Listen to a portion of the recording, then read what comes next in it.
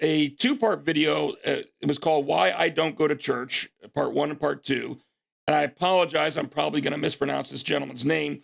It was Baj Rickson, I believe something along those lines is how he, I don't know if that's how you pronounce it, but first name is B-A-J, last name is R-I-J-K-S-E-N.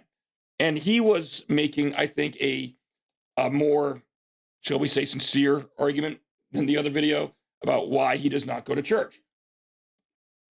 And he basically compared the modern church today, and I mean, I think specifically the American church today, to a play. And he said there's no resemblance to what we're commanded to do. He says, think about your average church service today. You go in and you sit down, usually just with your own folks, your own family, your own friends, and a band gets up there and they play 5 or 6 songs for you. And then somebody comes out and asks you for your money, to give you your money. And then a preacher gets up there and preaches a message for 45 minutes, but they're really not saying anything new. He called them, I think, reruns, sermon reruns, because they have the same basic messages, and they just, over the course of 6 months or so, they're just basically repeating the same content over and over again. So once you've been going to a church for 6 months, you're going to hear a message that's probably something you've already heard before. And so he said that he did not feel that was what we were commanded to do in the Bible, because that was not, he didn't feel it was communal. It was spectator oriented, not community oriented. He said there was no fellowship at all. And the Bible tells us to be in fellowship with our other believers. And there was no fellowship in that. You're sitting by yourself or with your own family and friends, and you're leaving by yourself with your own family or friends.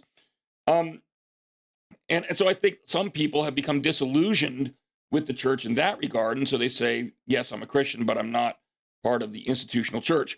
In response to Mr. Rickson, I would say that I think that he's overlooking a few things. Number one, and all of my Lutheran brethren will love this one, I think.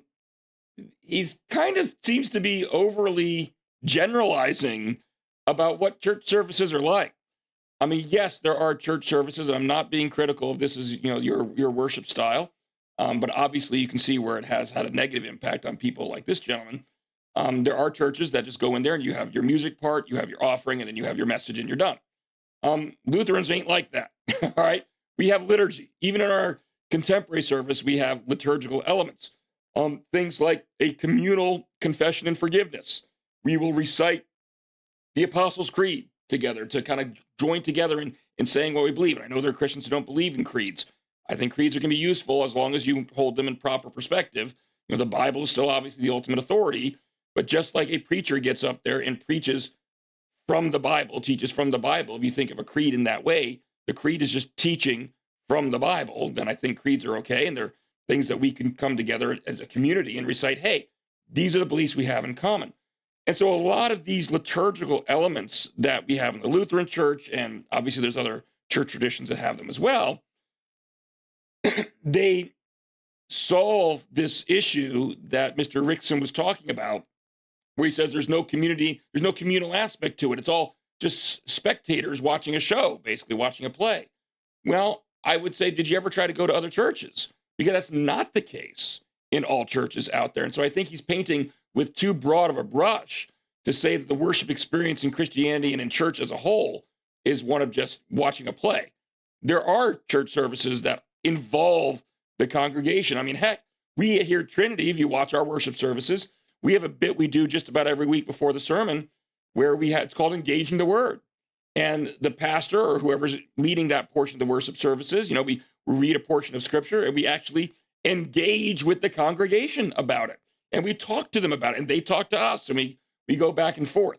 So I think he's painting with too broad a brush in that regard. And in regard to his criticism that, the church, when you go to the worship service, there's no fellowship and we're commanded to fellowship with our fellow believers. I mean, I don't know this gentleman, so I don't want to be overly critical, but my initial reaction, I got to say, when I heard that was, I kind of think that might be on you, dude, because I have never been to a church in my entire life that does not have some type of fellowship opportunities. If anything, we overemphasize the fellowship and we don't do enough service, we don't do enough evangelism, but we love the fellowship stuff. Everybody loves the spaghetti dinners and all that. a worship service during that 1 hour on Sunday, that's when you're worshiping. All right. And that's supposed to be directed toward God and worshiping God. Outside of that worship service, you should still be at your church and involved in these fellowship activities. Maybe there's something right after the worship service. Maybe there's something during the week. And so I watched his video, and like the entire time, he really just seemed to be focusing on this 1 hour on Sunday mornings. I'm like, well, if the only time you're going to that church is for 1 hour on Sunday mornings, then of course you're not experiencing the full breadth of what the Christian church is supposed to be. But that's not because the church isn't offering it. It's because you're not showing up, so that's on you. And I don't know the particular church or churches he went to. I'm a military brat. I've gone to plenty of churches growing up, and every single one of them has had fellowship opportunities. You just don't start talking to your neighbor in the middle of the worship service. That's when you're supposed to be worshiping God.